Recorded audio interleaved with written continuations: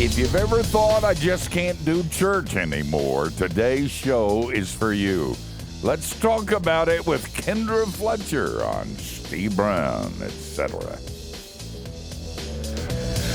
He's an old white guy, an author, broadcaster, and seminary professor who's sick of religion. And he's brought friends. Please welcome Steve Brown, etc. And I'm Steve, the aforementioned old white guy. I just got back from 2 weeks of vacation. How was that? I hate vacations. I didn't enjoy it.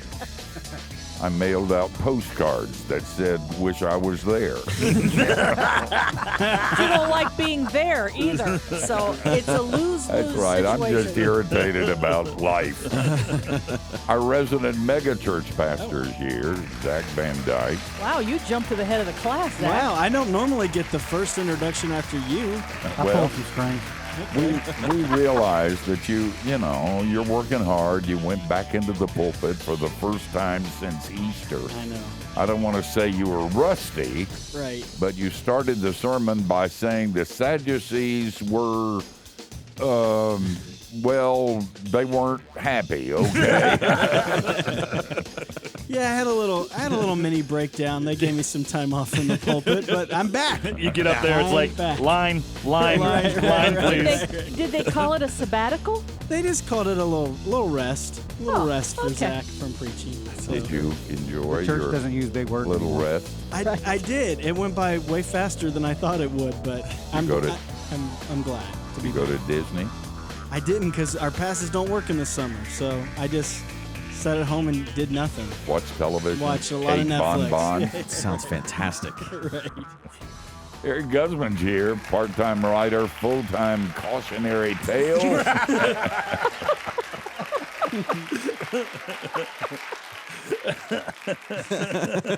and then Matthew Porter, of course, is with us. After a week of vacation, snacking, he says ready to stop eating like a campsite raccoon.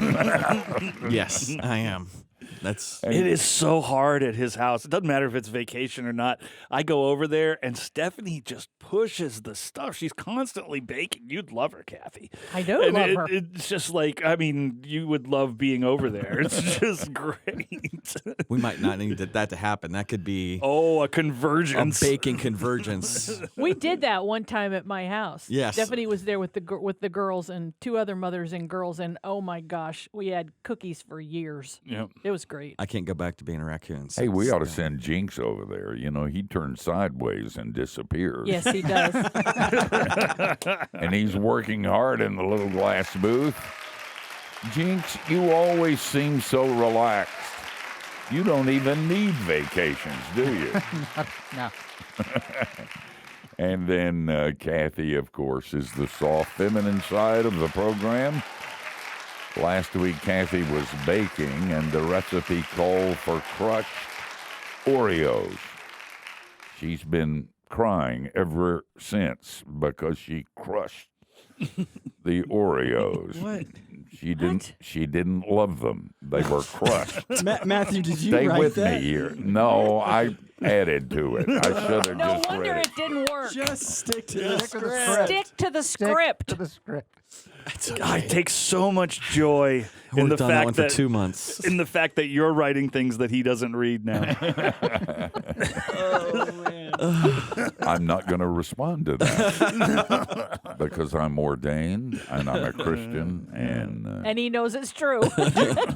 Do we even have a guest today? I feel like Yes, this is we the do. longest intro we have ever done. We Poor have We have a Kendra. good guest. Kendra Fletcher is our guest. She's the mother of 8. 8, Zach, I know. okay? Oh, God bless her. He's a speaker, a podcaster, and author of the books Leaving Legalism, Learning to Love God, Others, and Yourself Again, Lost and Found, Losing Religion, Finding Grace. And she, I might say, is also a popular contributor to our website, keylife.org. Kendra, thanks for being with us. Thanks for having me. This is a great format. I love seeing you all. It's very fun. It is fun. We enjoy it. Well, they do. I get through it. I get demeaned. I get no respect. It's a hard place for me. But that's where we were I'm before the doing video. it for. Don't join with them. I'm doing this for Jesus. Okay. Listen, for people that don't know about some of your journey, which is fascinating, would you tell us some about that? You've written about it in your books, and they can get the full story by going there, but kind of give us some background about yourself and your journey. Okay. Well, my husband and I, good evangelical kids, and we became parents, and that wasn't enough. Apparently, we needed a guidebook and we wanted rules. And so we jumped into rules, and it was really terrible.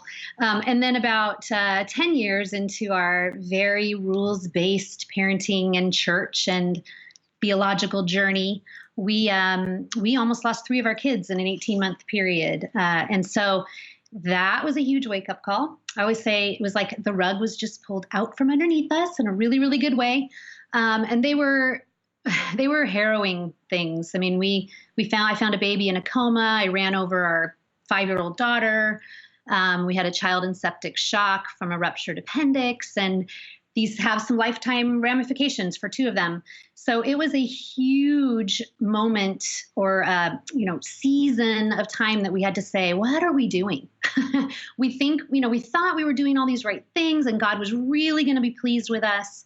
But in the end, when you go through anything that, on that scale, or, any kind of blip that sort of changes your direction, you have to come to terms with who God is, and does he really keep his promises, and is he really in control of it all?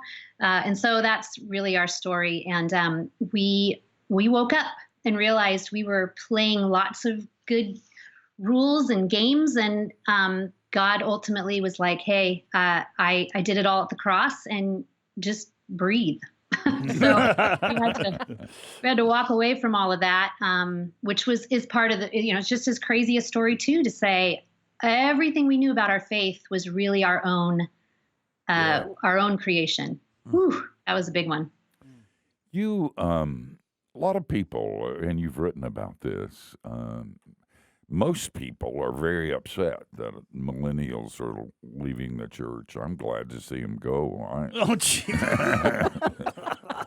Hey, that's like I 5 hadn't of my lost a kids. bit of sleep about that. In fact, I kind of think we're getting down to the muscle, but I know your thoughts are a little bit different than that.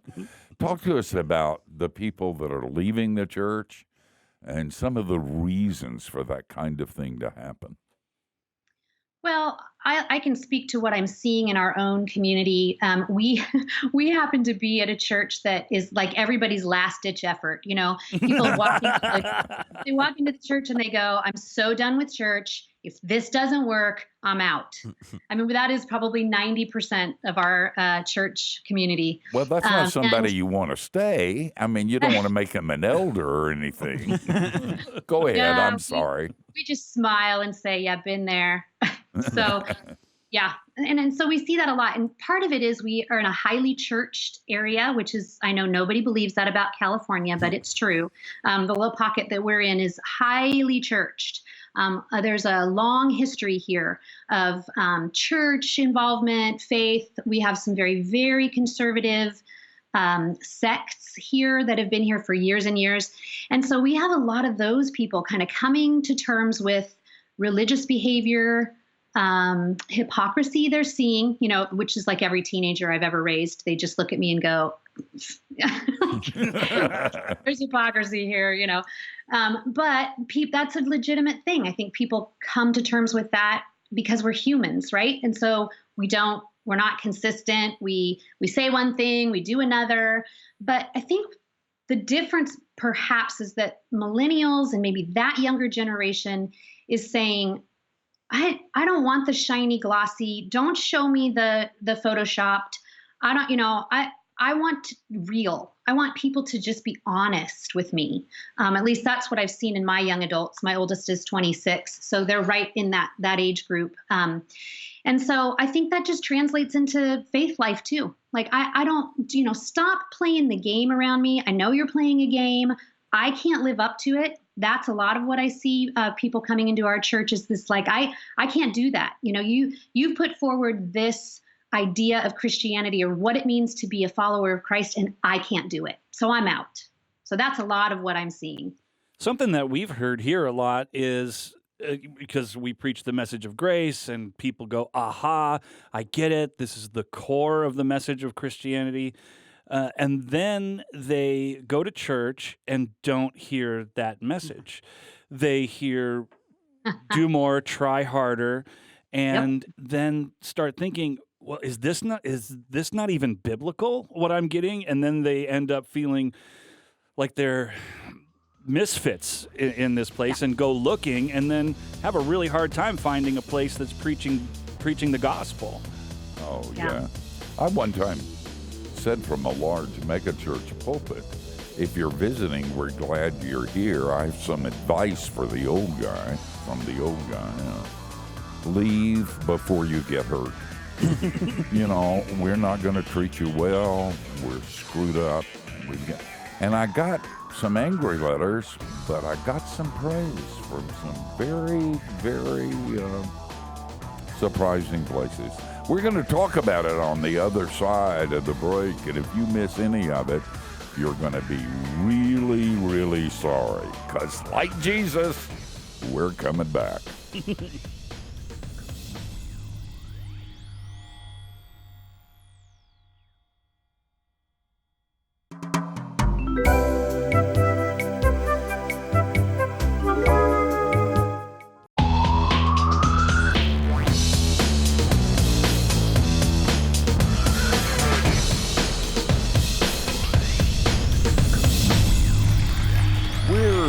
Talking to Kendra Fletcher. You can keep up with her, by the way, at KendraFletcher.com, on Twitter at Kendra E. Fletcher, and you ought to check our website occasionally because she writes really great stuff.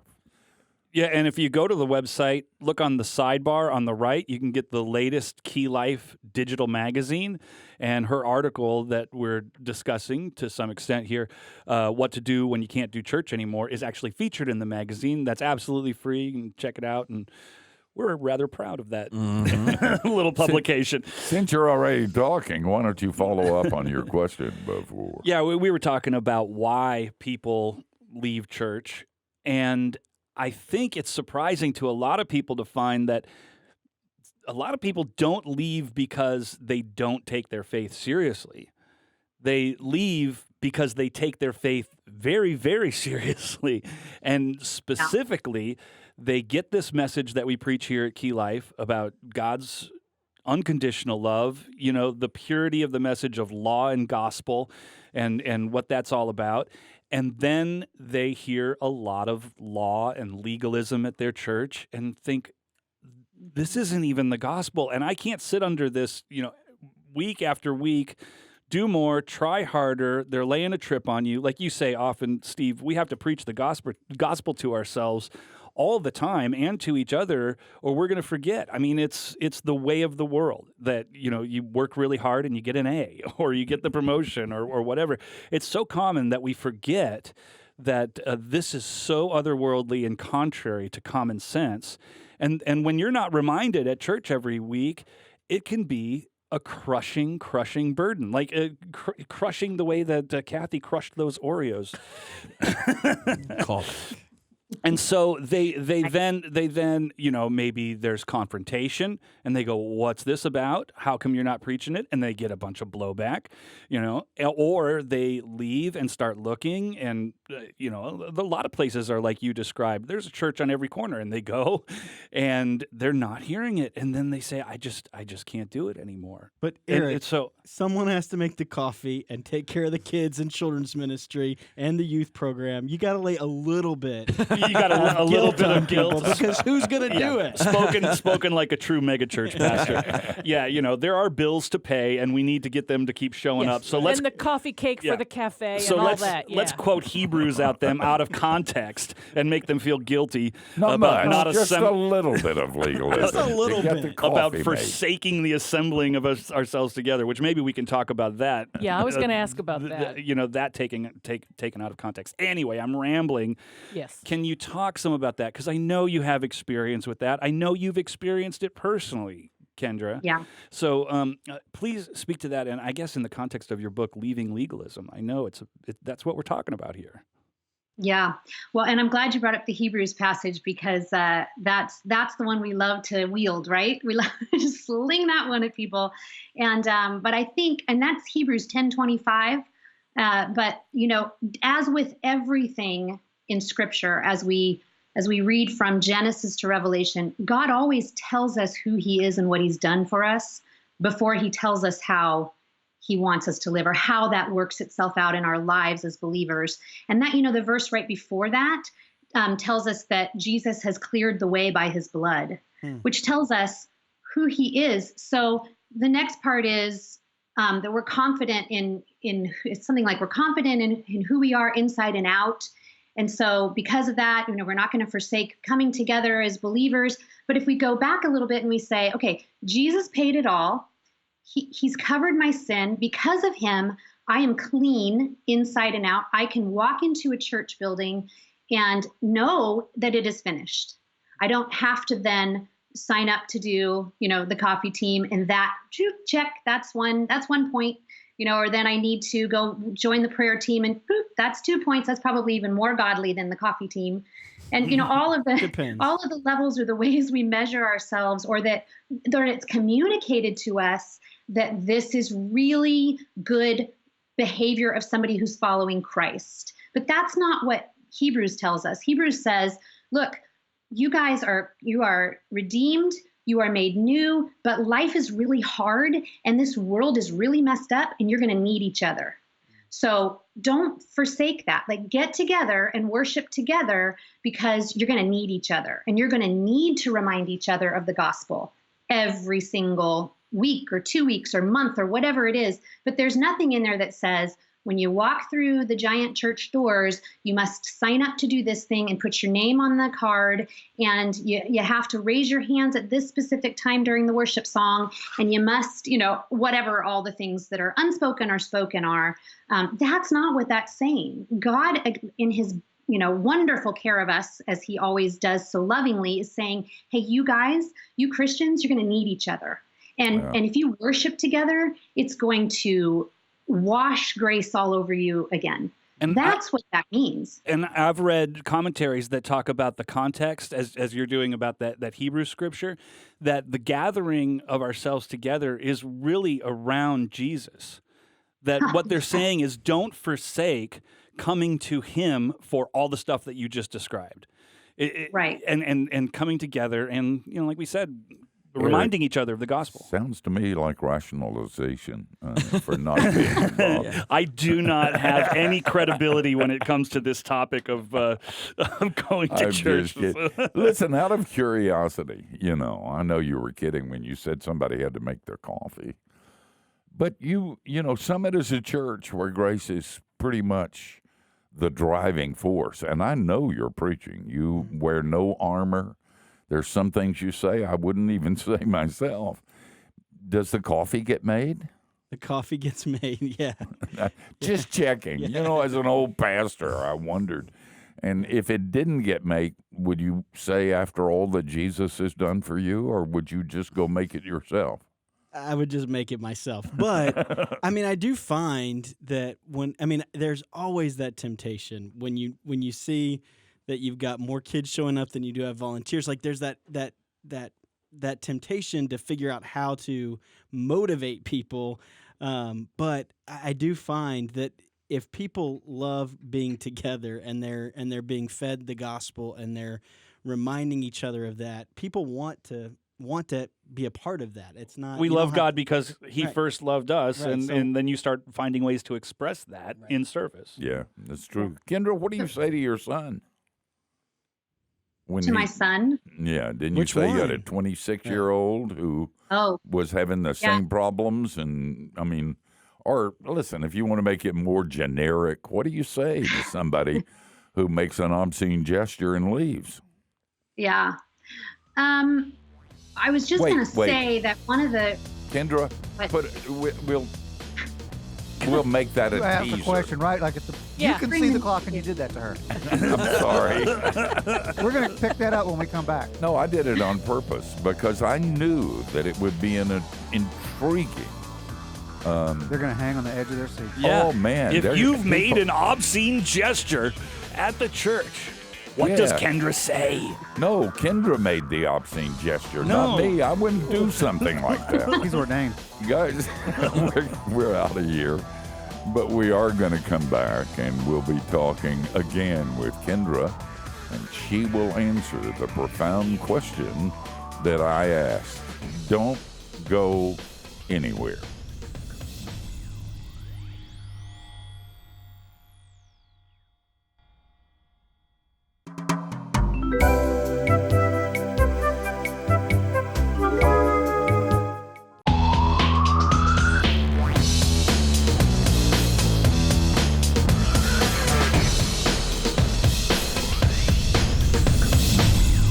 We're talking with Kendra Fletcher, and if you haven't gotten her book Lost and Found, you ought to get it. You can get it from us and any place where good Christian books are sold. If they don't sell it, don't patronize that place. But you can go to our website and find it, and it's a profound book that'll make a difference in your life. And that's at keylife.org. Yes. Kendra, before the break, I was talking about what do you do about those people who make an obscene gesture, and I'm speaking metaphorically, so don't send me letters. What do you say to somebody who says, I'm done with church. I can't deal with this anymore? Do you just say, don't let the door hit you on the way out, or do you say something?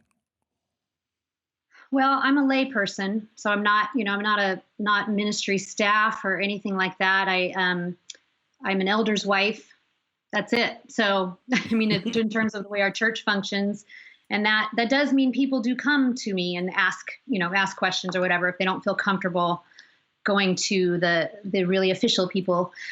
But we have a saying that's right in our right in the front of our church when you walk in, and it says, I was going to say narthex, but see, that's a churchy word, so I won't say that. But We don't use big words at church anymore. right, exactly. The foyer, whatever. So, but it says our purpose is to build purposeful relationships inside and outside of the church so that we can speak the love of God into one another's lives. And so we actually kind of lean on that a lot and say, well, look at how we want to function as a church body here is just so that we can walk together and speak the love of God and remind each other of how loved we are by God, because that's our purpose. And so we want to build these relationships.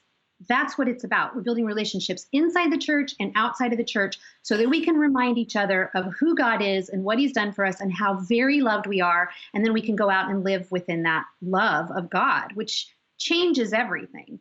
And so if that person is going to come to me and say, I'm struggling with this and this person did that, and I don't want to, it's all about this.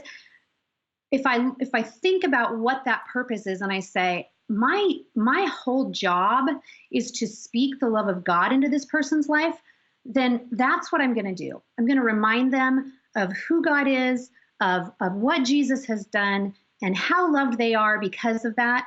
And then if they choose to walk back in the church or they choose to walk out of it, then I can just love them where they are and give them that space to live in the love of God. And you did that in your article, What to Do When You Can't Do Church Anymore. I mean, you said, well, have the freedom to take the time to not go. And that's Right. pretty controversial. Yeah, it is. It's very controversial, It's but right. you know, when we're all on a journey, I think, you know, if we forget that this is a long arc, then we're always trying to make people say the prayer of repentance, and you know, we're always trying to get people to convert, but that's not the kindness of God that leads us to repentance. The kindness of God also allows us the time to get there, and to do it in His timing, not in our earthly, you know, as people, what we think others should be doing, or in the time frame that we think they should be doing it. And I know in that article I did say I felt like I needed to give people the tools to of what to say when people are saying like, "Well, I haven't seen you here in a while." I mean, I have a friend who told me recently that somebody came up to her and said, "Jesus misses you at church." And I loved her response. And she's a pastor's kid. And she looked at them and she said, "Oh no, Jesus and I are fine." You know, So, a number. you know, Go we ahead. can just give people the space and be able to say, you know what, I'm really struggling, or I'm working through some things right now in my faith. I'm walking with God. You know, you don't even need to clarify. It's nobody else's business, but to just say, hey, I just need some time and space here. Just pray for me. And I love how you added, and how are your kids? Yeah. Because you need to get them off the topic. Right. Exactly. You know, there are those people who are tenaciously religious, and they just need to get you to do what they want. They want you to do.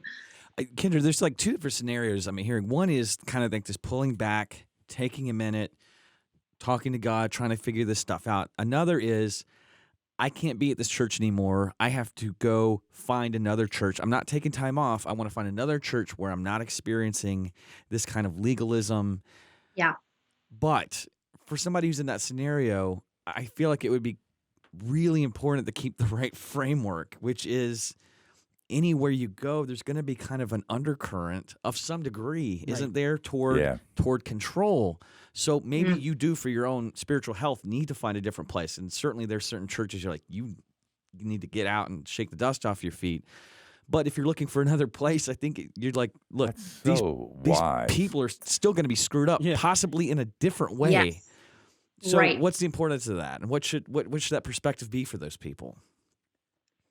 Are you asking in terms of like, how would you encourage them to find a place that is still going to nurture them?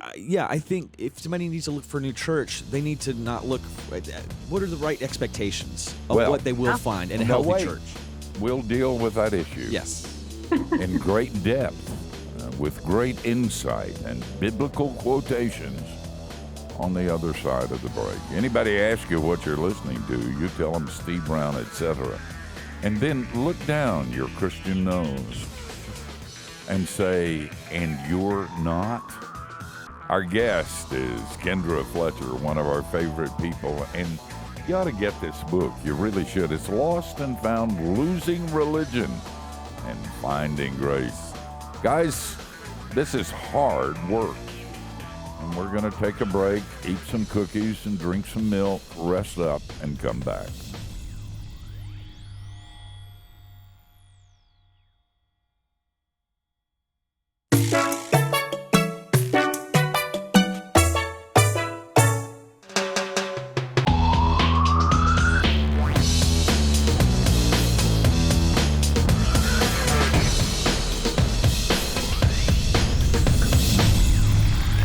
Thanks for joining us on Steve Brown, etc. Author and speaker Kendra Fletcher is here. We've touched on an article she wrote. It was titled, What to Do When You Can't Do Church Anymore. If that title intrigues you, make sure you check it out on keylife.org. Kendra, on the other side of the break, we were asking that question, what to do when you can't do church anymore? I think there's maybe like three different scenarios that I'm seeing. One, push all the feelings down. Just kind of write it out, all right? So that's not endorsing that one. The other is to maybe pull back and just kind of get some space and get this figured out. And another one be like, look, I don't feel like I'm supposed to be in this church anymore. I need to get into a new church that doesn't have all this kind of legalism and stuff. But we know that church is just going to be filled up with screwed up people as well. So talk about the importance. What are the right expectations? What's the right framework if you're going from one of these legalistic churches to another church? and not setting yourself up to get your heart kicked in just in a different way?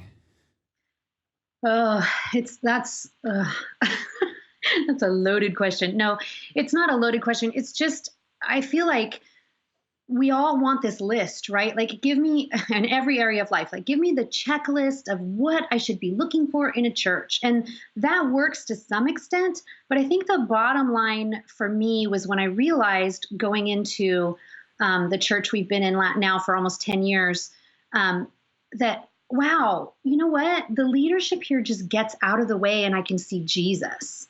And so that was, that's kind of the thing I keep saying. Like, if you, oh gosh, I walked into a church recently for an event, and there was a floor to ceiling, which, is probably, I don't even know how big this foyer ceiling was, but a picture or poster of the pastor preaching. I didn't know you were at our church, Kendra. I wish you had told me you were coming. I would have. I suggested that to our elders when I was a pastor, and they laughed at me, which didn't help either. Please see our previous program on when narcissism comes to church at keylife.org if that's your issue. See, that's the thing. I walked in there and was like, I could never come to this church because of that right there. Gross. But we all have our that, right? We all have our things that are, I hate to say this word, this is so millennial, but that are triggers, right? We all have our things that sort of make us like, this smacks too much of what I've come from. And so that's going to be different for every person. But I think bottom line, my favorite thing to say lately about people in leadership in churches in particular is that, that person thinks much of themselves. Because I think that is pretty quickly detectable in a pastor or a pastoral staff if they really are promoting themselves. If they can't do the right thing and step out because they think they are the reason everybody's coming to that church, if they can't take a preaching sabbatical because, everybody must hear me preach, or whatever those things are. For me, that's an absolute, I can't be here. I don't want to be under this so quickly, that narcissism, that celebrity pastoring thing. It so quickly leads to spiritual abuse in my past experiences. So for me to be able to say, I want to be in a place where I feel like the worship team, the preaching elder or pastor or whoever that is, the preacher, whoever's delivering the sermon, whatever you call them, how they're asking for giving, for money, how they treat communion, whatever, the workings of the church service are. I want to know that through and in it all, they're pointing me to Jesus.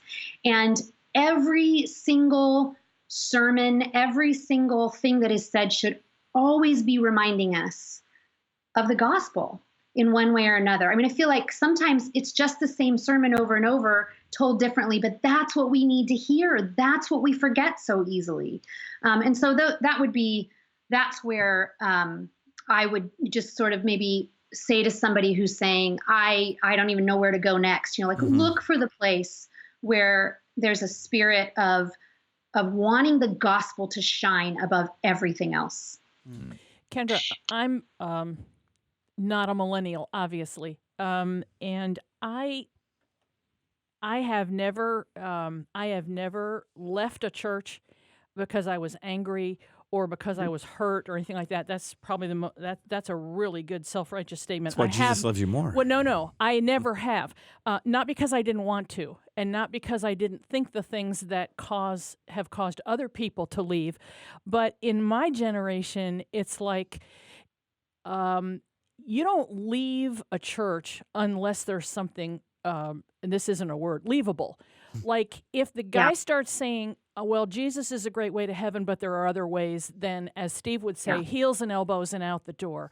I was reading my Bible yesterday, and I've discovered that there's another book that's just as good as this. The kind of things that deal with, again, an old churchy kind of word, the eternal verities of the faith. As long as that's there, then buck up and find out where you can be helpful, where you can plug in and, in order to perhaps be helpful in areas that drive you nuts. And in my old age, I'm discovering that I don't know how much longer I'm going to be able to hold to that, because I'm finding, and I don't want to be the kind of person that every time there's a staff change, every time a pastor leaves or whatever it is, every time, a song is sung that's not my favorite thing, that I say, okay, that's it, I'm out of here. Because I think that most of the time, and again, this is a generality, but I think most of the time the reasons people leave the church are not good reasons to leave the church. Right. But I'm finding myself not so sure about that anymore. Yeah. So I love what you said about finding out where you can plug in or where you can serve.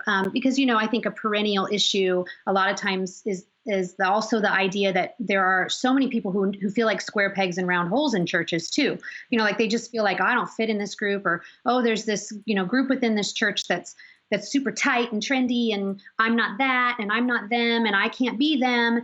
And the answer a lot of times is, well, find your people, go serve in the coffee place or whatever, so you can build a purposeful relationship inside the church, so I think, as with so many things in this topic, whether it has to do with, church and I'm done with church, or I want to go to church, whatever, it has to do with parenting, or it has to do with any other, our marriages, how we conduct business in the workplace, it all really comes back to the bottom undercurrent, which is the gospel. And so how that plays itself out in all of these different areas in our life isn't going to look the same for every single person. So while you are frustrated, in a particular church because of A, B, and C, somebody else is saying, gosh, this is exactly where God has me and where I want to be. That's why the answer isn't so easy, I think, Kendra, we're out of time. I don't know where it went. We just getting started. You are a delight, and we love having you on this. I hope we can do it again soon. Well, thanks for inviting me back. It's always fun. Hey, great. Guys, we're going to come back for a final segment and tell you who we're going to do it unto next week. So don't go anywhere. And by the way, check out the website. Lots of good stuff there. KeyLife.org. That is KeyLife.org.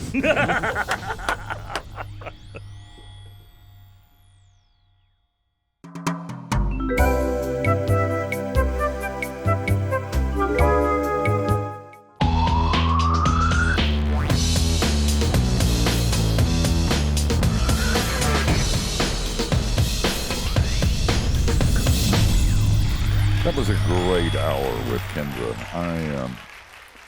I always like to listen to her. She's so real. Sometimes she just blows me away. And you need to know that she's talking to people. You said something profound that I'm going to think about a lot, Eric. You said people don't leave because they take their faith so lightly. They leave because they take it really, really seriously.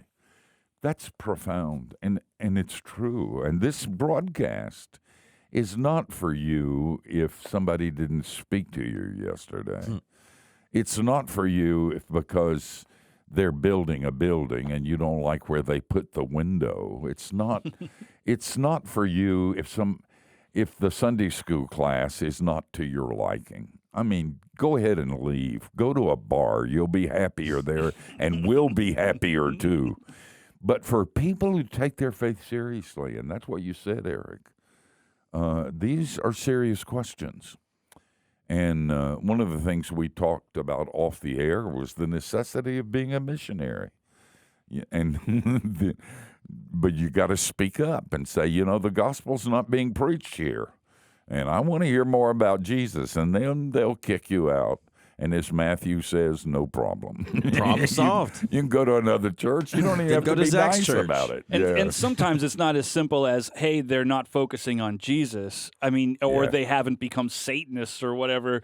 It's a lot of times a lot more subtle. It's kind of like we say the words grace, we say the words gospel, we talk about Jesus, we talk about he died for your sins, and we talk about all those verities of the Christian faith.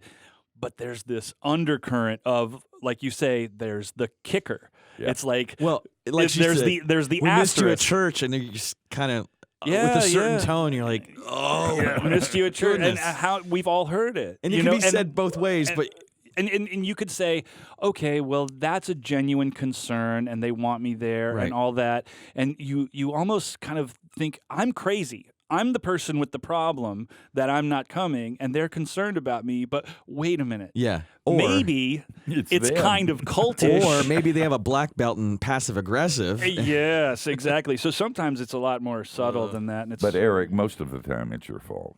I just wanted you to know that. When in doubt. that's why I've decided to spare everybody in all those churches from my presence. Kathy, who's going to be here next week? We have no idea. Oh, that's nice.